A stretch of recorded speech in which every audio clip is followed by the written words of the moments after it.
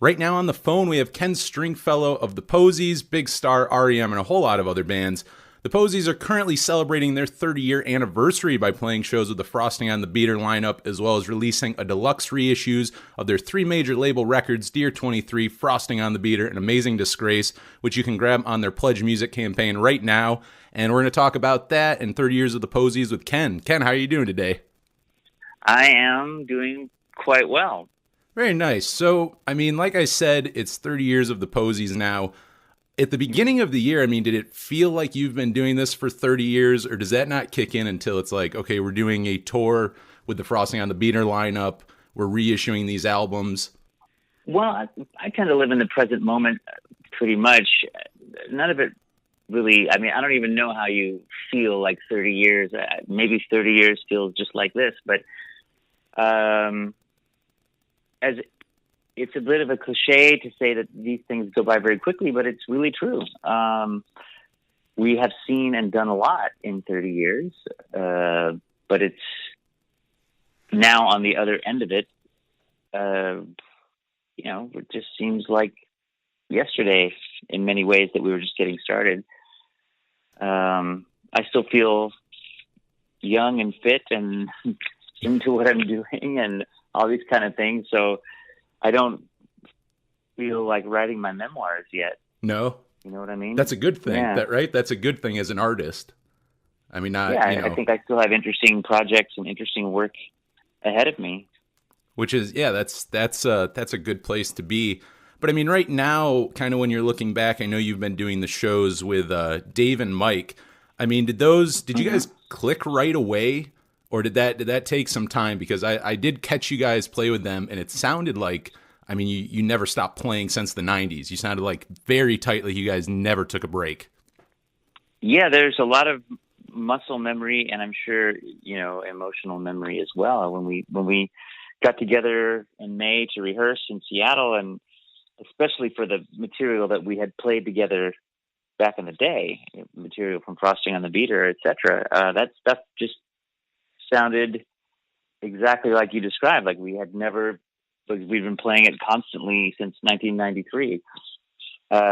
Just really fell into place. Some of the songs that we'd never played together, more recent material, took a little bit more rehearsal, but the general vibe was very fresh and very youthful, I think. At least it feels that way. Of course, I've watched videos of the tour and stuff like that, and I still think we have a lot of energy. Of course, yeah, we're older. That's a simple fact of life. But I think that our general approach to the music is still kind of all or nothing, push everything to the max kind of commitment that I think that our music kind of needs, in a sense, because if we were doing something that was really stylized and known to be a heavy genre like punk or metal, it's possible that the song style, we could sort of coast on that. Not if you watch some quote unquote punk bands, their style on stage is fairly, it rocks or whatever, but it's not, you don't get the sense it's do or die. Some punk is just fashion punk, right? Yeah. And I would say that we have always been wanting to show, especially as time went on, and we got more confident as a live band, that we are not a fashion item. We are highly committed to this kind of music, and if it's not the most, like I said, our lives would be so easy if we were a metal band, because you play metal festivals, you're in metal magazines, everything is kind of scripted for you. We're off the map in Terra Incognita, and it's a different vibe. We want to show you that our commitment to Terra Incognita is not by accident. We are really trying to do something that's just not going down the same highway that everybody else goes down. I got to say, too, obviously before this, I've been listening a lot to the three albums that are getting reissued. And the one thing that sticks out, like you were saying, you kind of keep changing your sound a little. You don't you're just not set in one genre. And I think it shows on your albums. I don't know that one Posey album sounds the same. And I think, I don't know, I think on these reissues themselves and just everything you guys have done, you know, there's a Posies vibe, but it's never, you know, it never gets stale. It's not the same thing. And so, I mean, if I could jump in on that, I would say that probably the consistent factor is that John and I have a particular way of singing together that's really intertwined. It's not unlike, say, you know, Difford and Tilbrook from Squeeze, or perhaps in some cases like Beatles, Everly Brothers, old school stuff like that. There aren't really very many bands, like indie bands, that have taken on like the harmonized, like two singers approach that I can really think of. So I think that's our unique stamp. And we kind of got off on the foot of things are always going to be, it was always a little unstable because we started as a two-piece, then we added bass and drums, and then bass player left, and then Dave came in, and then Mike and Dave were gone. And, you know, we could never really stabilize in one lineup. So of course our sound was different. Dear 23 and Failure were made before we'd ever gone on tour, and going on tour really changes a lot in terms of what you get more instant feedback of how your music might fit to an audience and what you want to show that audience, and et cetera, et cetera.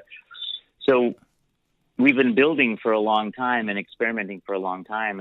And I think we just got into that kind of mindset where it's always going to be an experiment. We're never really going to hit on the one thing that works for us.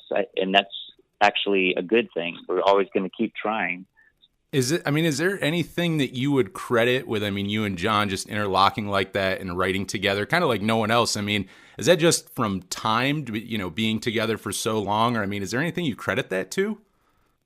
Well, being together for so long and from such a young age, when we first started playing music together, I was 14 and John was 13. So we were still, our voices were still forming in many ways, physically.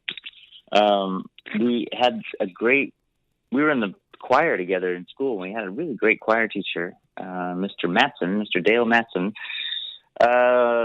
And interestingly enough, I think his lessons on technique were really good. And that stuck with us. So it's the kind of thing that, it sounds a little goody two shoes that these guys were in choir, and that's not what you want to read if you're, a Gigi Allen fan or something like he's in choir, Gigi Allen in the choir. I like that. But you're Gigi into the choir. You're PG and but I'll tell you what, that vocal technique has served me in the long run, because touch wood, but my voice has never been stronger in many ways. Once the tour gets going, each time we start playing a bunch of shows in a row, I never have any throat problems or whatever. And I think it's being able to sing so freely is a real asset. I can push it and make it sound,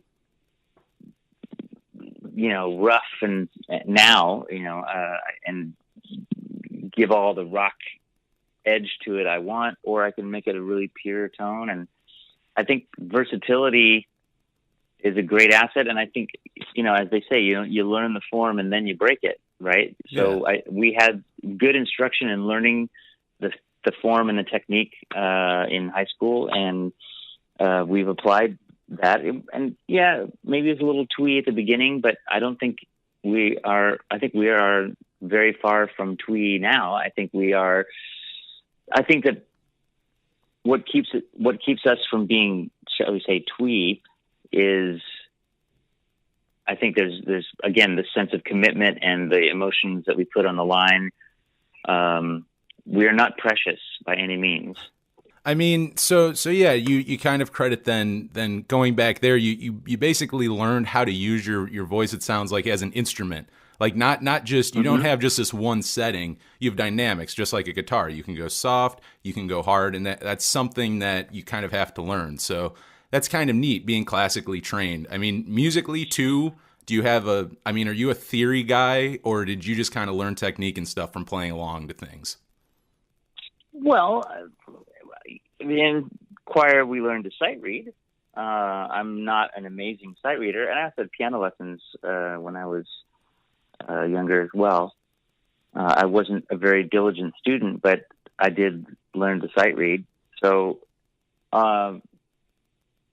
if somebody gives me sheet music, I mean, I've played with, Alex Chilton, for example, on certain occasions gave us some arrangements that he'd done of little Baroque pieces that he'd arranged for 2 guitars, bass, and drums. There's one of them on the Big Star in Space album. I've worked with Chris Stamey, and sometimes he throws a score at me, and at least I can read it. I'm not super fast, but I can read it. And as far as theory goes, I think that I prefer to not know too much and stay out of the theoretical and stay out of the ordered, this has been done, this hasn't been done. If you start to think too much about what's been done, you won't even get off the couch. So, because a lot has been done. I mean, there's millions and millions of musicians making incredible music and have been doing so for so many years, and in over 100 years of recording them. So you don't want to get too hung up on that, because in the moment something can work. Even a cliche can work in the moment. I try and avoid them, but they do work. But whatever technique you want to apply, it's probably not quote unquote original, except that each moment and each interaction and each connection between you and yourself and your own muse and the audience and other musicians and whatever is a unique moment. So it actually doesn't matter what's come before or since. So theory is an interesting way to, it's like telling music is its own map, and theory is actually a guide to the symbols. It's on the map, really, in a way. A flat is one, minor is one kind of terrain, and major is another kind of terrain, and A flat's another kind of terrain, blah, blah, blah.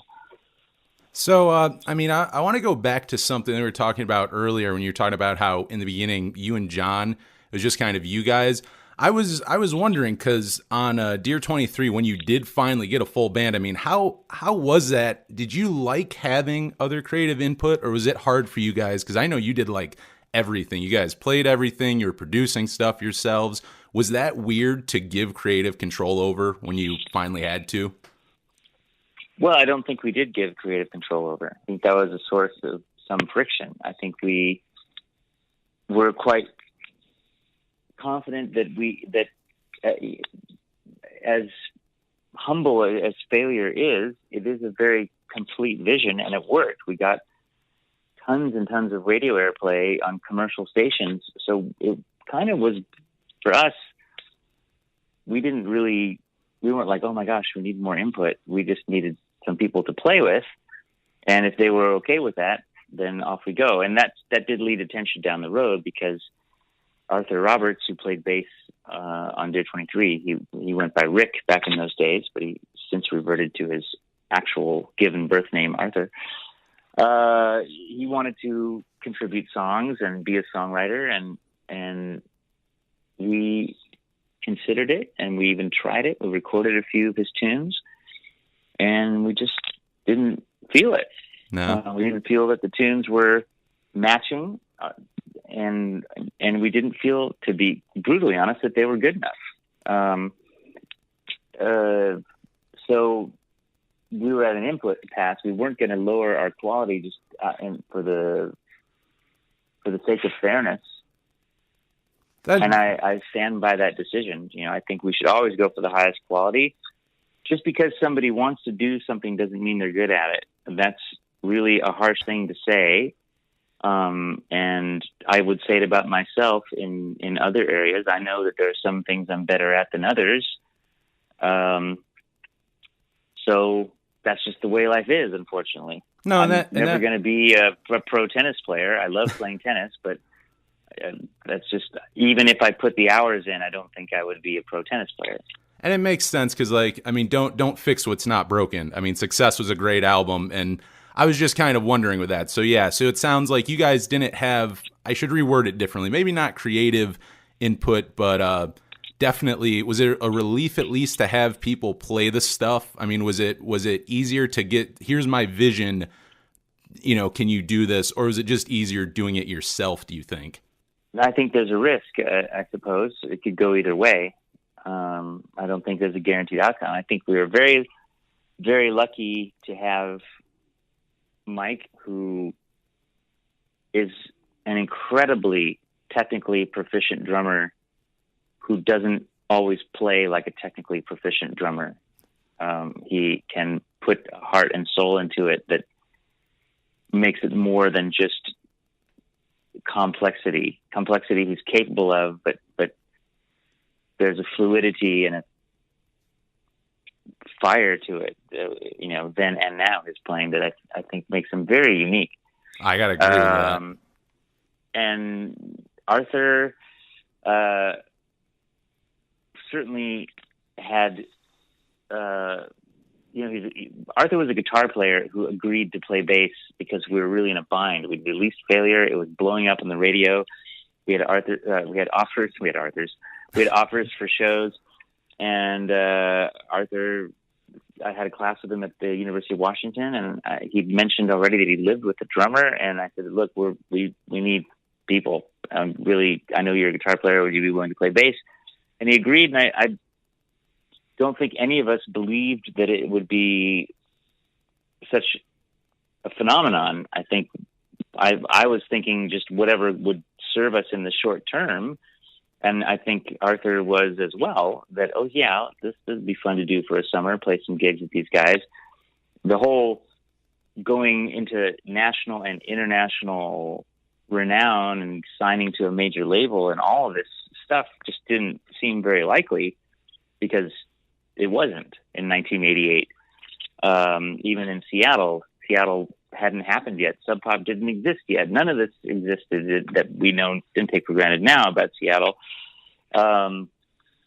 So we just didn't realize it would be going to that extreme. He's a great player, but he's really a guitar player. And I would say that he was trying so hard to put so much musicality into every note. I think that he was under pressure, and really wished that he could invent guitar parts. And that's, some of the bass lines are a bit like that. They're still fantastic. Don't get me wrong. But I think that tension existed all through our early days. And so it was a thing, and it grew. Okay. So, I mean, let's get into it real quick, because we're talking about the 3 albums. I mean, we got the deluxe reissues. They're out on Pledge Music. You just want to talk about that real quick for a second? Like, I mean, where, the stuff you have on Pledge Music, you guys have some really interesting stuff that fans can grab, and just kind of let people know where they can find the music. Yes. So we have a Pledge Music campaign up right now, pledgemusic.com/projects/the-Posies, or I'm sure if you search for the Posies and Pledge Music, you'll find it.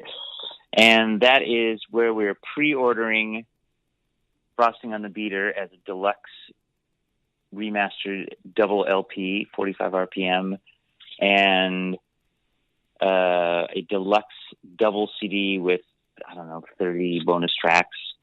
And Amazing Disgrace, same treatment. So those, since they're not out yet, they're pre-orderable at Pledge Music. And Dear 23 as a double LP and double CD with 30 bonus tracks or whatever, that's already out. So that one is just out in the world, and you can get it everywhere. I know that's a little complicated, but that's how it goes. You can also buy them as a set together, And I can attest to Dear 23. I've seen that in quite a few record stores, so that one's not too hard if people are looking for that. So they can go there, and you guys are about to hit Europe, right? You guys going to the UK next? Well, yeah. We've done the North American tour that started in Victoria, Canada in May and wrapped up in Seattle in July, and it was awesome. We did some festival stuff this summer in Europe, and we have a European club tour that starts, well, I don't know when people are going to hear or see this, but it's a week. Next week we'll be airing this at 28th. Next week. Oh, well, so it kicks off tonight. Oh, in Mallorca, in the Spanish island and Mediterranean. So we play Spain, France, Holland, Belgium, Germany, the UK, Norway, Sweden, Finland. Any of those new to you, or have you guys just been touring all those places for years now? We've been touring all of those places for years. So I mean, as we wrap things up, I mean, anything else that you're working on? I mean, I know you're always producing bands, always doing solo work. I mean, anything in the works right now? At the moment, I'm working on an independent film. We're shooting right now in California. Something I've never done before. I'm the principal actor.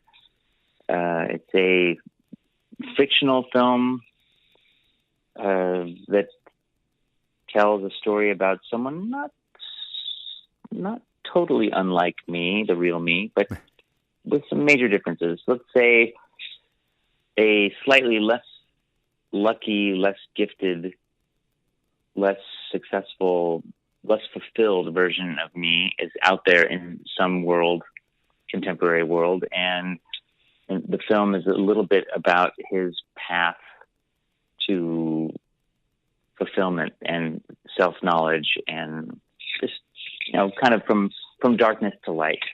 And this is something you said new to you. I mean, how are you liking it so far? It's quite challenging. The pace of film is, because there's more variables even than music.